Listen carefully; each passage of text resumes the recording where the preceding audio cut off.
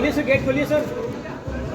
Sir gate खोलिए, मैं पीछे आइए, मैं पीछे आइए, मैं पीछे आइए। सर गेट खुलवाइए सर, सर गेट खुलवाइए सर, सर गेट खुलवाइए sir. Wait sir, wait sir, sir एक मिनट सर, सर एक मिनट सर, मैं पीछे आइए, मैं पीछे आइए प्लीज। मैम गेट खुलवाइए, गेट खुलवाइए सर। हमारे ग्रुप में वीआईपी और नॉन वीआईपी क्या है? कॉन्फ्रेंस में ऊपर है ना, इसीलिए बहुत बड़ा है तो ऐसा।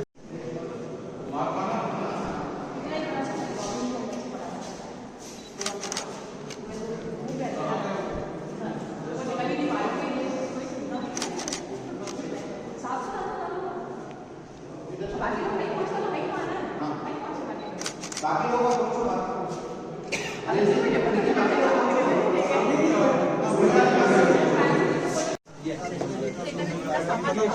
अच्छा, आपको सामान में साइज देखना चाहता हूँ कितना बड़ा है।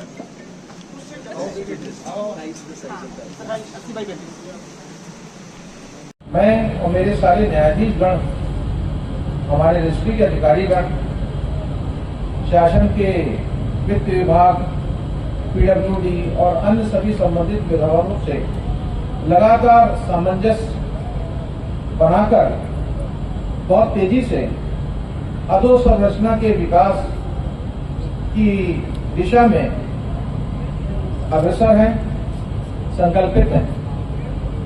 इसी की एक परिणति एक अत्यंत ही सुंदर और भव्य जिला न्यायालय अजमेर में जो तैयार हुआ है। और जब आज सुबह मैं इस भवन के उद्घाटन के लिए अजमेर शहर पहुंचा तो इस भवन के सामने से गुजरकर मैं सर्किट हाउस गया तो मेरे को देखते ही लगा कि भाई ऐसा अद्भुत भवन तो शायद बहुत सारे प्रदेशों में ऐसे हाईकोर्ट की बिल्डिंग न हो। तो ये एक बहुत ही अद्भुत, बृहद और देखने में अति सुंदर एक न्यायिक भवन आप सभी को मिला है। इन सबके लिए, इसके लिए मैं आप सबको बहुत बहुत बधाई देता हूं। जिन शब्दों का हम उपयोग यहां पर करते हैं, लोकार्पण, इसका बड़ा महत्व है। हम क्यों इसको लोकार्पण कहते हैं? ये जनता को समर्पित है। इस न्यायालय में काम करने वाले न्यायाधीश, अधिवक्तागण, कर्मचारीगण और समस्त प्रशासन जो अलग अलग स्टेजेस में इस न्यायिक प्रक्रिया से संबंधित रहता है और अपना योगदान करता है, हम सभी का सम्मिलित और एका प्रयास न्यायालय में आए हुए पीड़ित पक्षकार को न्याय दिलाना। या हम यूं कहें कि हम सबकी पद तो अलग अलग है, लेकिन हम एक अपनी बृहद श्रेणी अगर बनाए, उस श्रेणी का नाम है पब्लिक सर्वेंट, जन सेवक। न्यायिक व्यवस्था एक समाज के लिए बहुत ही महत्वपूर्ण अंग के रूप में काम करती है। और मुझे ये कहने में कोई संकोच नहीं है कि एक आधुनिक और विकासशील समाज के लिए निष्पक्ष, स्वतंत्र, निर्भीक, गुणवत्ता और त्वरित न्यायपालिका अति आवश्यक है। इसके बगैर आधुनिक और विकासशील समाज की कल्पना भी नहीं की जा सकती। अगर हम इस नजरिए से हम अपनी न्याय व्यवस्था को देखें तो हमारी न्यायाधीश के रूप में, अधिवक्ता के रूप में और सारी सहयोगी संस्थाओं का एक बड़ा गुरुतर दायित्व होता है कि हम न्याय व्यवस्था को सर्वश्रेष्ठ रूप से संचालन करने के लिए का जो भरमार आ रही है, जो फाइल हो रही है, उसको क्या हम नियंत्रित कर सकते हैं। मेरे हिसाब से इसके लिए एक योजना हम लोगों ने बहुत राष्ट्रीय स्तर पर तैयार हो चुकी है और उसको लेके आपको सबको मालूम होगा कि मीडिएशन एक्ट पार्लियामेंट द्वारा लाया गया है।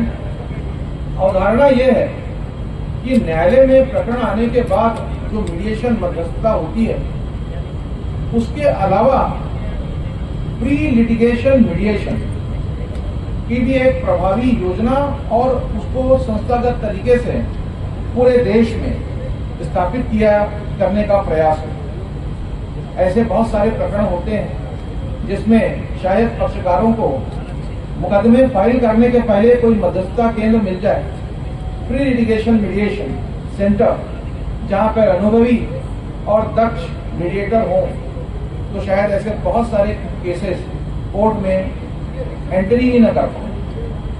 तो ये प्री लिटिगेशन मीडिएशन मैकेनिज्म बहुत महत्वपूर्ण है, इस पे हम लोग सब काम कर रहे हैं और मेरा प्रयास है कि राजस्थान में बहुत जल्दी एक बहुत ही सुस्थापित तरीके से प्री लिटिगेशन मीडिएशन मैकेनिज्म को प्रभावी ढंग से यहाँ पर स्थापित किया जाए और उसको संचालित किया जाए। लेकिन इसके लिए हमें बाहर से, अधिवक्ता समुदाय से दक्ष, प्रवीण और डेडिकेटेड मीडिएटर्स चाहिए होंगे।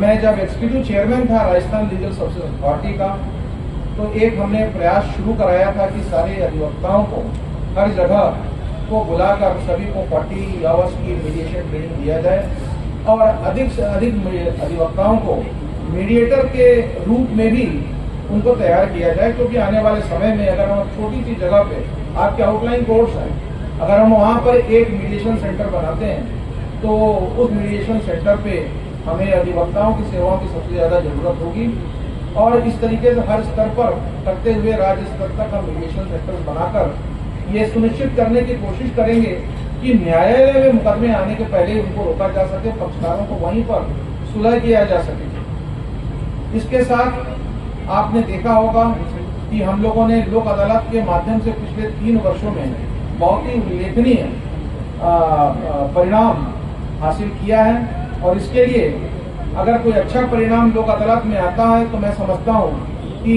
ये न्यायाधीश और अधिवक्ताओं के सम्मिलित प्रयास का ही परिणाम है। कोई भी प्रयास न्यायालय व्यवस्था का जब तक हमारे बाहर पूरा सहयोग न करे, हमें अपेक्षित सफलता किसी भी हालत में नहीं मिल सकती।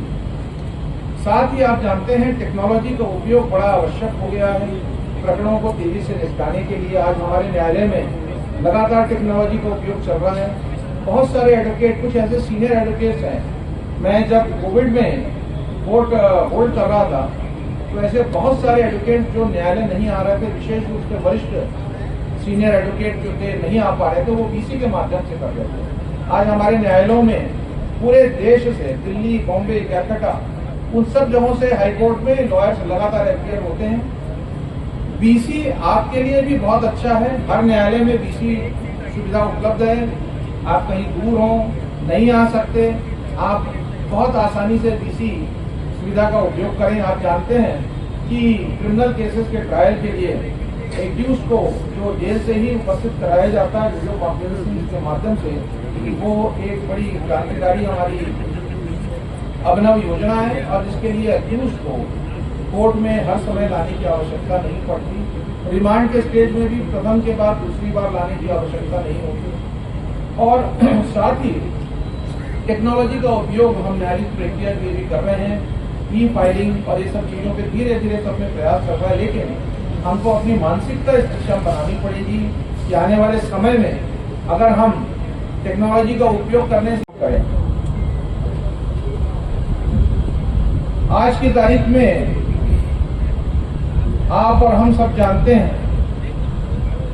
कि मुकदमों की संख्या में काफी बढ़ोतरी हुई है।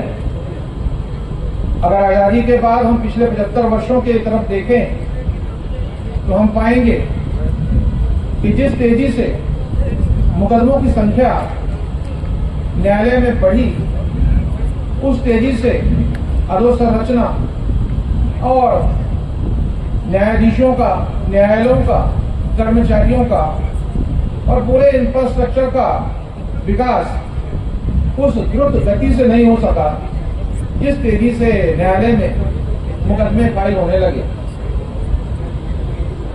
इसका परिणाम ये हुआ कि न्यायालयों में कार्य का बोझ बहुत बढ़ने लगा। मैंने यहाँ आने के पहले ये जानने की कोशिश की और इस संबंध में मैंने कुछ आंकड़े भी, जो हम अलग अलग समय अपनी मीटिंग के समय इन सब चीजों से लगातार रूबरू होते हैं, न सिर्फ अजमेर पर पूरे प्रदेश में कहाँ कहाँ कितने न्यायालय हैं, कितने अधिकारी हैं, न्यायिक अधिकारी हैं, कितनी संख्या में मुकदमे आ रहे हैं, कितनी संख्या में मुकदमों का निस्तारण हो रहा है, कितने पुरानी संख्या के केसेस हैं जो बहुत समय से, जिसको हम एक टारगेटेड केस का हमने रूप दिया है जुलाई 2024 से, जो बहुत पुराने हो चुके हैं उनको हमने एक टारगेटेड केस की श्रेणी में लाया है ताकि उनका त्वरित निस्तारण हमको करना पड़े। अजमेर जिला में वैसे तो सैंक्शनड कोर्ट्स 74 हैं, लेकिन जैसा मुझे बताया गया अधिकारियों की संख्या लगभग 65 है। इसके अलावा अन्य संस्थाएं जिसको हम कोर्ट डायरेक्ट नहीं बोलते, जिला न्यायालय का अंग नहीं है, लेकिन वो भी न्यायिक कार्य कर रहे हैं। उनमें आपके बोर्ड ऑफ रेवेन्यू है और इस तरह के बहुत दूसरी भी संस्थाएं हैं जहां पर न्यायिक कार्य का संचालन हो रहा है। मुझे जो आंकड़े उपलब्ध कराए गए, अजमेर में 1 लाख से ऊपर ज्यादा केसेस पेंडिंग हैं, जिसमें 82,772 क्रिमिनल हैं और 26,739 दीवानी मुकदमे हैं। आज मैं सब बातें इसलिए बता रहा हूं क्योंकि एक लोकार्पण हो रहा है और हम सब जनता के सामने हैं। हमारे अधिकारी ने आपको, जिला न्यायाधीश महोदया ने इतना लंबा चौड़ा आपको आंकड़ा बताया, ये भी बताया कि हमारी बिल्डिंग कैसी है, इस बिल्डिंग में क्या है। ये सब बोलने का उद्देश्य ये है और मैं जो आपके सामने बातें बोल रही हूँ उनको भी बोलने का जो मेरा उद्देश्य है वो ये है कि हम अपनी न्यायपालिका को जिम्मेदार बनाना चाहते हैं, हम इसको पारदर्शी बनाना चाहते हैं और इसके लिए हम आप सबके सामने हमने जो अभी तक किया है, जो करने जा रहे हैं, हमारी योजनाएं क्या है, इसका कैसे लाभ होगा, कैसे मुकदमों का तेजी से निस्तारण होगा, कैसे गुणवत्ता निश्चित की जाएगी, कैसे निष्पक्षता सुनिश्चित की जाएगी, इन सब चीजों को लेकर हम आपके सामने बड़े पारदर्शी तरीके से अपनी कार्रवाई के बारे में आपके सामने सब बातें रखते हैं।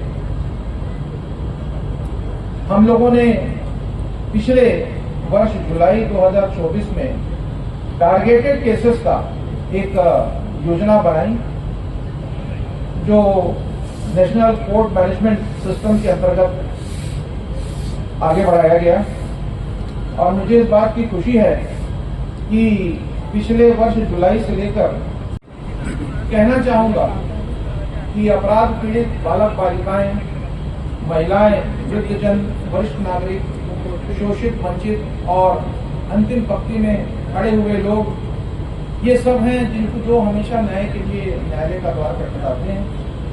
इनके प्रकरणों में हमको थोड़ा सा प्रेफरेंस देना पड़ता है, प्राथमिकता देना पड़ता है क्योंकि इनका एक विशेष वर्ग है। तो इस दिशा में भी न्यायिक अधिकारीगण और हमारे अधिवक्ता बंधुगण, उनसे भी मेरी अपेक्षा है कि इस दिशा में वो हमेशा अपनी सेवाएं देने के लिए अग्रसर रहें। हमें प्रोसिक्यूशन और इन्वेस्टिगेशन के ऊपर भी बहुत निर्भर रहना पड़ता है। आपने देखा कि लगभग 75 से 80% मुकदमे जो हैं ये क्रिमिनल केसेस हैं। क्यों क्रिमिनल केसेस बढ़ गए और सिविल क्यों कम करे, ये भी और विषय है, किसी और समय पर आपसे इस संबंध में चर्चा किया जाएगा, लेकिन वर्तमान स्थिति तो यही है। तो हमें क्रिमिनल मुकदमे, जो क्रिमिनल केसेस हैं, उसके भी त्वरित निपटारे के लिए कोई न कोई तौर तरीके अपनाने पड़ेंगे। आप सबको ये विदित होगा कि राजस्थान उच्च न्यायालय के प्लेटिनम जुबली समारोह के अवसर पर हम लोगों द्वारा एक त्वरित technologically based summons and warrants service system का आरंभ किया गया। उसकी कंटिन्यूअस मॉनिटरिंग मैं पर्सनली कर रहा हूं और मुझे इस बात की खुशी है कि तेजी से वो हमारा सिस्टम विकसित हो रहा है। आने वाले समय में न्यायालय से अपलोड होने वाले समन्स और भेजे जाने वाले वारंट को जिस कंसर्न पुलिस स्टेशन से एक्सिक्यूट करना पड़ता है वहां तक वो एक क्षण में पहुंचेगा। तो इससे जो वारंट और समन्स की जो प्रक्रिया है वो बहुत तेज होगी और न्याय की सारी सुचारू प्रक्रिया को आगे बढ़ाने में हमको बहुत सहायता मिलेगी। हमने आज एक भवन का, न्यायालय भवन का लोकार्पण किया है। इस लोकार्पण की भावना को अपने हृदय में रखते हुए हम इसकी, चूंकि भवन नया है इसलिए नया संकल्प होना चाहिए और भवन नया है तो नवाचार भी चाहिए। और आपका अगर भवन नया है तो सामूहिक प्रयास से पूरे न्यायिक व्यवस्था को, अजमेर की न्यायिक व्यवस्था को एक नया दिशा देने के संबंध में भी विचार होना चाहिए, क्योंकि भवन मंदिर तभी बनेगा जब हम अपनी ये नव संकल्प, नव प्रण, सामूहिक प्रयास और नवाचार को आगे ले जाने के लिए एकजुट होंगे। आज इस महत्वपूर्ण ऐतिहासिक अवसर पर जिला न्यायाधीश महोदय ने मुझे बुलाया, बोलने का अवसर दिया और यहाँ के सभी अधिकारीगण, अधिवक्तागण, नागरिकों से रूबरू होकर न्यायिक व्यवस्था के प्रति एक मेरा विचार जो न्यायिक परिवार के मुखिया के रूप में है उसको आपके सामने रखने का मुझे अवसर दिया। इस सब के लिए मैं आप सबका बहुत बहुत धन्यवाद करता हूँ। जय हिंद।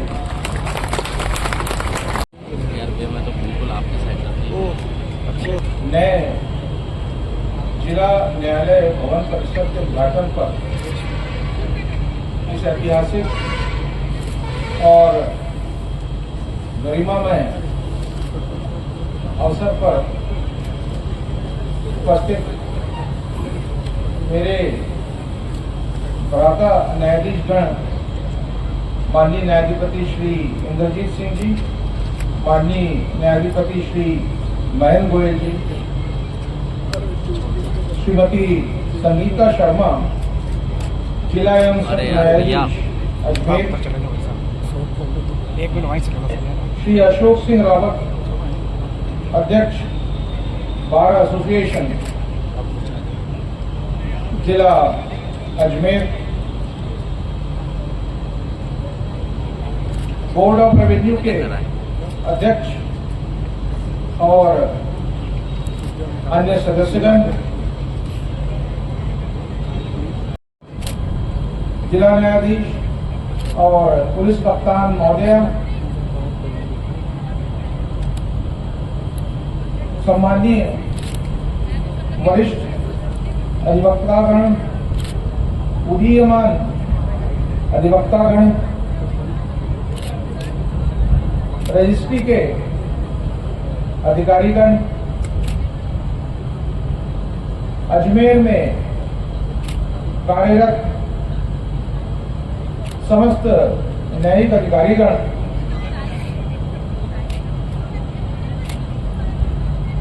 लोक निर्माण विभाग अधिकारीगण, अभियोजन के अधिकारीगण, अन्य अधिकारीगण, अजमेर के सम्माननीय नागरिकगण, देवियों और सज्जनों, आज एक बहुत ही महत्वपूर्ण, ऐतिहासिक और गौरवमयी क्षण है जब एक अत्याधुनिक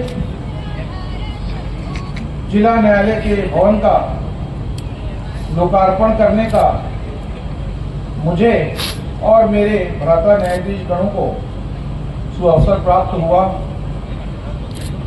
मैं इसके लिए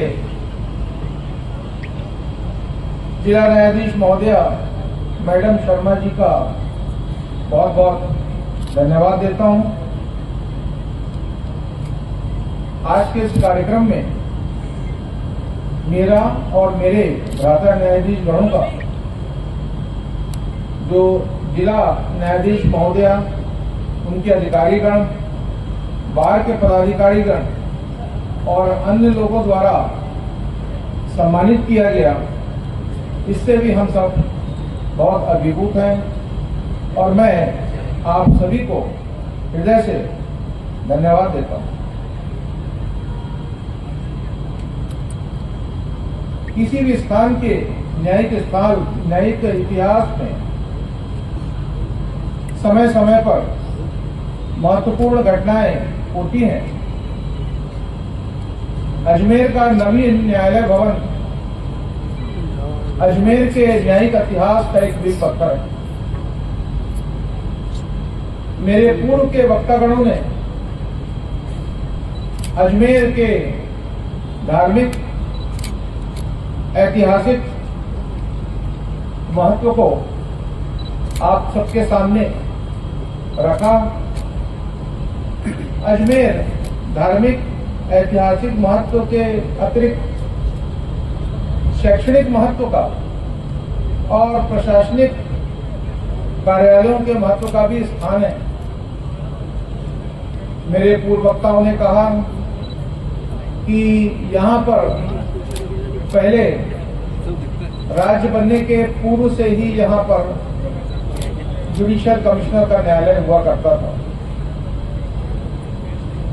इस गौरवशाली इतिहास को अपने साथ संजोए हुए और समेटे हुए आज जब एक पूरे नहीं हुए हैं, टारगेटेड जो मतलब अत्यधिक पुराने मुकदमे, लगभग 8000 मुकदमों का हमारे न्यायिक अधिकारियों ने निस्तारण किया है। इसमें हमारे बार के जो सदस्य हैं, हमारे अधिवक्तागण हैं, उनका भी उतना ही सहयोग है। हम समय समय पर बार और बेंच न्याय रथ के दो पहिए हैं, ये बात करते हैं। इसका उद्देश्य हमें अपने आप को संवेदनशील बनाना है।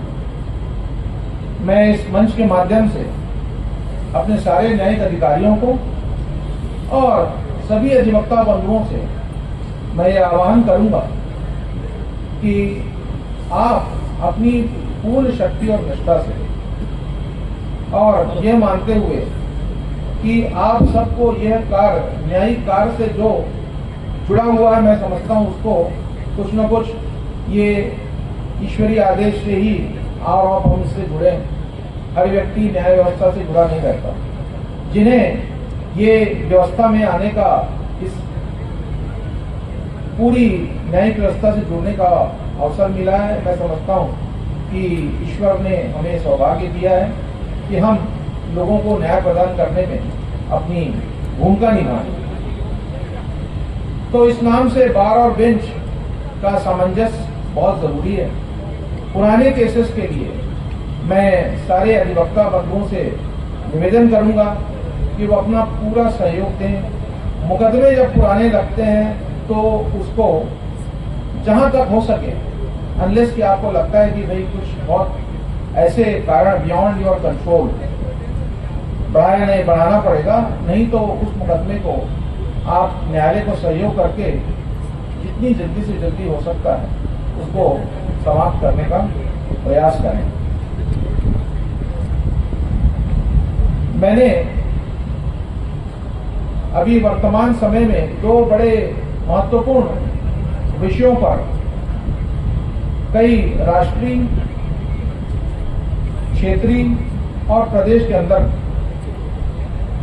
कार्यशालाओं का, सेमिनार, कॉन्फ्रेंसेस का में मैंने भाग लिया और दो बड़ी महत्वपूर्ण चीजें हैं जो मैं पूरी व्यवस्था को, जिसमें हमारे न्यायिक अधिकारीगण, अधिवक्तागण और प्रशासन भी सम्मिलित है, मैं बताना चाहूंगा कि टेक्नोलॉजी का यूज और ऑल्टरनेटिव डिस्प्यूट रिजोल्यूशन मैकेनिज्म का अधिकतम उपयोग आज हमारे लिए निहायत ही आवश्यक हो गया है, क्योंकि हमारे न्यायालय में आज जो एक न्यायाधीश है और अधिवक्ता हैं, वो समस्त प्रयास कर लें तो भी आप पाएंगे कि अगर आप सारे प्रकरणों का एक निश्चित समय में निपटारा करने की कोई योजना बनाएं कि सारे प्रकरण हमारे पास जो हैं 3 वर्ष से ज्यादा लंबित न रहें, 1 वर्ष या 2 वर्ष से ज्यादा लंबित न रहें, तो इन प्रकरणों का अगर आप एक कोई योजना बनाएंगे तो आपको लगेगा कि इसके लिए हमको वर्तमान से कम 5 या 10 गुना न्यायाधीश चाहिए, जो आज हमारे हाथ में है नहीं। तो हम एक ऐसा वायबल सोल्यूशन को, ऐसी प्लानिंग करें। इस प्लानिंग में 2 चीजें बहुत महत्वपूर्ण हैं, एक यूज ऑफ टेक्नोलॉजी और दूसरा ऑल्टरनेटिव डिस्प्यूट रिजोल्यूशन मैकेनिज्म। इन दोनों के विशेष प्रयास से जो अत्यधिक संख्या में जो न्यायालय में मुकदमे हैं या आ रहे हैं, उनको नियंत्रित करने में हम एक सफल योजनाबद्ध तरीके से आगे बढ़ सकते हैं। कैसे मुकदमों को न्यायालय में आने से रोका जाए, क्यों मुकदमे न्यायालय में इतने ज्यादा दाखिल हो रहे हैं, ये तो एक अलग विषय है जिसमें मैं आज की तारीख में नहीं जाना चाहूंगा। लेकिन क्या ऐसी कोई उद्घाटन, लोकार्पण हो रहा है, तो ये बहुत ही महत्वपूर्ण घटना है और इसके लिए मैं आप सभी को बहुत बहुत बधाइयां देता हूं। न्यायिक भवन का निर्माण एक राष्ट्रीय नीति के अंतर्गत विकसित किया जा रहा है। हम जानते हैं कि आज से 25 साल या 50 वर्ष पूर्व जो न्यायिक व्यवस्था थी, जितने मुकदमे थे, अधिवक्ता थे, न्यायालय थे और जैसी व्यवस्था चलती थी, उसके लिए पहले जो बने हुए निर्मित भवन थे उनमें काम चला करता था। लेकिन अब समय बदल गया, समय बहुत तेजी से बदल रहा है, प्रकरणों की संख्या बहुत तेजी से बढ़ रही है, न्यायाधीशों की और न्यायालयों के अतिरिक्त कक्षों की आवश्यकता बढ़ गई है। न्यायालय के रिकॉर्ड्स और न्यायालय से संबंधित अन्य सभी कार्रवाइयों के लिए भी और अन्य स्थान उपलब्ध कराना आवश्यक हो गया।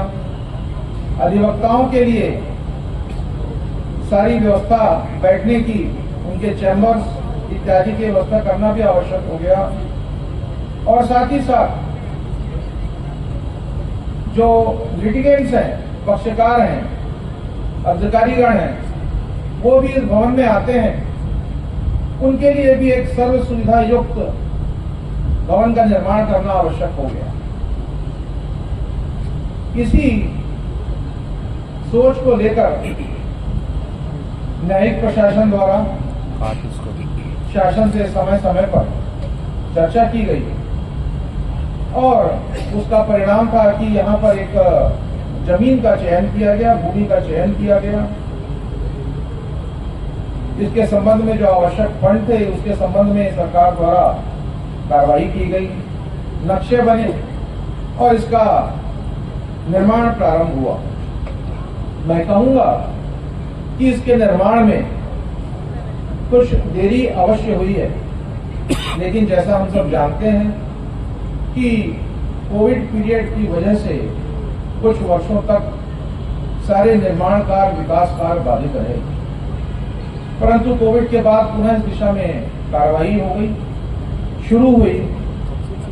और जब मैं प्रथम बार कार्यवाहक मुख्य न्यायाधीश सन 2022 7-8 मार्च को बना, तो मैंने पूरे प्रदेश के जितने भी स्थानों पर न्यायिक भवन और न्यायाधीशों के आवास संबंधी पूरा अभिलेख का मैंने बहुत मनन और अध्ययन किया और ये पाया कि अधोसंरचना की विकास की गति अपेक्षित नहीं है और इसमें विशेष प्रयास की जरूरत है।